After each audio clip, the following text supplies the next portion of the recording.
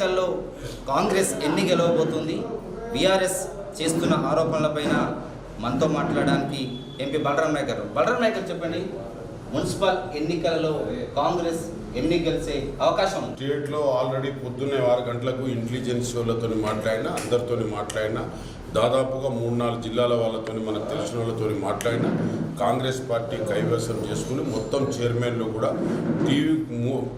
TV కోడే కూస్తుంది. మొత్తం చైర్మన్లు కూడా కాంగ్రెస్ పార్టీకే కైవసం చేసుకుంటున్నారు.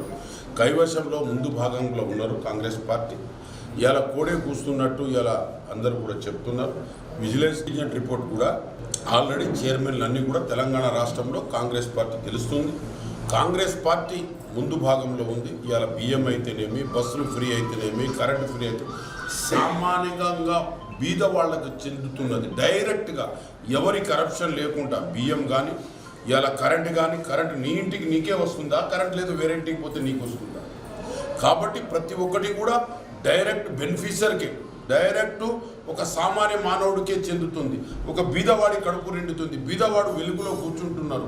ఇంకా సమ్మర్ వస్తే చూడాలి మీరు, ఇంకా కొద్ది రోజులు అయినాక ప్రతి ఒక్కటి కూడా ఆ విధంగా ఆరోపణ చేస్తుంది. ప్రజలను మోసం చేసిన కాంగ్రెస్ కి మీ చేతిలో ఆయుధం ఉంది, ఆయుధంతో గుణపాఠం చెప్పండి. చంద్రశేఖర్ గారు ఇప్పటికైనా వారి కొడుకైనా వారి అల్లుడైనా మానుకోవాలి. కొద్దిగా ఏదో మా తెలంగాణ తెచ్చింది మేము, ఆయన కాదు. సోనియా గాంధీని మెప్పించింది మేము, తెలంగాణ తెచ్చింది మేము. ఆయన తెలంగాణ రోజు బిల్లు పెట్టే రోజే రాలే హౌస్లో. ఆయన 10 సంవత్సరాలు ప్రభుత్వం ఇచ్చినాం. 10 సంవత్సరాలు అల్లుడు బాగుపడ్డాడు హరీష్ రావు. కేసీఆర్ గారు ఇచ్చిన 10 సంవత్సరాలు జనం ఇచ్చిందే ఎక్కువైపోయింది. అది చక్రవడ్డీ వడ్డీతో సహా మొత్తం దోసుకొని వెళ్ళిపోయింది. చక్రవడ్డీ వడ్డీతో సహా కేసీఆర్ కానీ, కేటీఆర్ కానీ, హరీష్ రావు కానీ చక్రవడ్డీతో సహా దోసుకున్నారు. ప్రజలు మొత్తం తెలుసుకొనే ప్రజలు ఓడగొట్టారు. ఈసారి వాళ్ళ డిపాజిట్ కూడా రావాలి. ఎమ్మెల్యేలే ఓటనే ఆయుధంతో కాంగ్రెస్ కి బుద్ధి తప్పదు అని పదే పదే ఆరోపణ చేస్తున్నారు. చేస్తే ఏముంటదబ్బా, నోరున్నదని చేస్తున్నారు. నోరున్నదని తెలంగాణ 10 సంవత్సరాలు ఇచ్చిందే ఎక్కువ. ఆయన కష్టపడడానికి 10 సంవత్సరాలు ప్రభుత్వం ఇచ్చిందే ఎక్కువ. ఇక్కడికి వచ్చినప్పుడు కేసీఆర్ వాడెవడో ఉండే ఎంపీ ఈడెవడో లంబడోడు అని అన్నాడు. మా లంబడోళ్ళకి ఏమాత్రం సిగ్గు శరమున్నా వానికి టీఆర్ఎస్ పార్టీకి ఒక ఓటు కూడా వేయవద్దు మా జాతి. వాడు నాకే అన్నాడు, రికార్డు చూపిస్తా నేను. కేసీఆర్ ఎవడా, వాడేమో టికెట్ మా పార్లమెంట్లో బిల్లు పెట్టిన రోజు రాలే. నేను చెప్పే హక్కు ఉన్నది. నేను అప్పుడు కూడా నేను సెంట్రల్ మినిస్టర్గా ఉన్నాను. ఎవరు వాడే అన్నారు, మాకు ఎంపీలకు పోటీ పెట్టని అన్నాడు. మీరు చేస్తానని మా సోనియా గాంధీకి మోసం చేసిన వ్యక్తి. సోనియా గాంధీ, రాహుల్ గాంధీ తిట్టే హక్కు వాడికి ఉందా? కేటీఆర్కు వాళ్ళ ఫ్యామిలీ ఏంది? తరతరాల స్వతంత్రం తెచ్చిన ఫ్యామిలీ.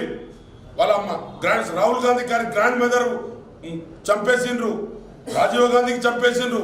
ఆ కుటుంబానికి మాట్లాడే హక్కు వీడికి ఉందా? వీడి ఒక తోక వాడు కేటీఆర్ గారు. మహబూబాద్ మున్సిపాలిటీకి విషయానికి, మహబూబాద్ జిల్లాలో మహబూబాద్ మున్సిపాలిటీకి సంబంధించి పదే ఆర్పండి. మేము వాళ్ళు 2.5 ఏళ్లలో మహబూబాద్కి చేసింది ఏం లేదు, మేమే అభివృద్ధి చేశాం, కాబట్టి ఆలోచించి ఓట్లు వేయండి అని విజ్ఞప్తి చేస్తున్నారు. కరెక్ట్, ఆలోచించి ఓట్లు వేయమంటే చెప్తుండ్రు. దాదాపుగా 10 సంవత్సరాలు చేసిండ్రు. 60 కోట్ల రూపాయలు మొన్న ఇచ్చినాం. ఆల్రెడీ శంకుస్థాపన చేసినాం, వర్క్ స్టార్ట్ అవుతుంది. డ్రింకింగ్ వాటర్ కొరకు 20 కోట్లు ఇచ్చినాం. దాని తర్వాత అమృత్ ప్రాజెక్టులో దాదాపుగా 70 కోట్ల రూపాయలు తెచ్చినాం. ఇంకా ఆర్ఎన్బి రోడ్లు ఒక 80-60 కోట్ల ఆర్ఎన్బి రోడ్లు తెచ్చినాం. దానితో పాటు ఇలా బియ్యం ఫ్రీ ఇస్తున్నాం. రాబోయే కాలంలో ఇంకా కొద్ది రోజుల్లో రేపు 13-14 తారీఖు నాడు రైతులకు 9,000 కోట్ల రూపాయలు వేయబోతున్నాం, రైతు బంధు.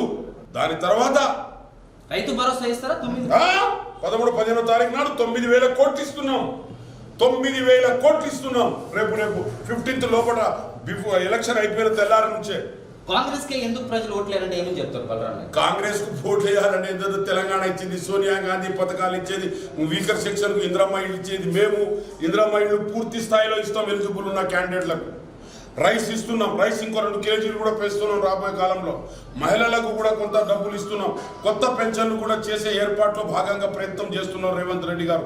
ఎకనామిక్ సిస్టమ్ లేక ఎకనామిక్ మొత్తం తినేసి మొత్తం కాంగ్రెస్ టీఆర్ఎస్ పార్టీ మొత్తం బర్బాద్ చేసింది. కాబట్టి మేము ఇలా కొద్దిగా ఎకనామిక్ సిస్టంలో ఆలోచించి ఇస్తున్నాం. దేశానికి రేపు 9,000 కోట్లు అంటే మామూలుగా 22,000 కోట్ల రుణమాఫీ చేసిన ఘనత ఎప్పుడైనా ఏ పార్టీకి ఉన్నది నాకు చూపెట్టు. ఆ రోజు రాజశేఖర రెడ్డి గారు ఉన్నప్పుడు సోనియా గాంధీ రుణమాఫీ పూర్తిగా చేసింది 86,000 కోట్ల రూపాయలు ఇచ్చి భారతదేశంలో. ఈ చరిత్ర ఎక్కడైనా చూపెట్టండి. 22,000 కోట్లు ఏ లేదా మొన్న రేవంత్ రెడ్డి గారు. రేవంత్ రెడ్డిని ఏదో మాట అంటూ ఉంటారు. తెలిసి తెలియని మూర్ఖులు, తెలిసి తెలియని ఎకనామిక్ సిస్టమ్ తెలియని అమాయకులు. ఓటర్లకు చెప్పేది ఏమన్నా ఉందా? విజ్ఞప్తి చేసేది ఏం చెప్తాం? ఓటర్లకు మొత్తం ఇస్తున్నాం, కొత్త పెన్షన్లు ఇస్తున్నాం. రేపు 9,000 కోట్ల రూపాయలు రేపు 15-16 తారీఖు లోపల వేస్తున్నాం. దాని తర్వాత 2 కిలోల బియ్యం కూడా పెంచే మార్గదర్శిగా ఆలోచిస్తున్నాం. 2,500 మహిళలకు కూడా ఆలోచిస్తున్నాం. కొత్త పెన్షన్లు అన్ని కూడా ఇవ్వబోతున్నాం. ఆలోచనలో ఉన్నాం, తప్పకుండా చేస్తాం. కాంగ్రెస్ పార్టీ ఇవాళ మొన్నటి చీరలు ఇచ్చినాం. మామూలు చీరలు ఇవ్వలే మా అక్క చెల్లెలకు, మా బిడ్డలకు. దాని తర్వాత ఓట్లు కాదు, మేము ఓట్లు అడిగేందుకు లేము. ప్రజలే మాకు ఓటేస్తారు.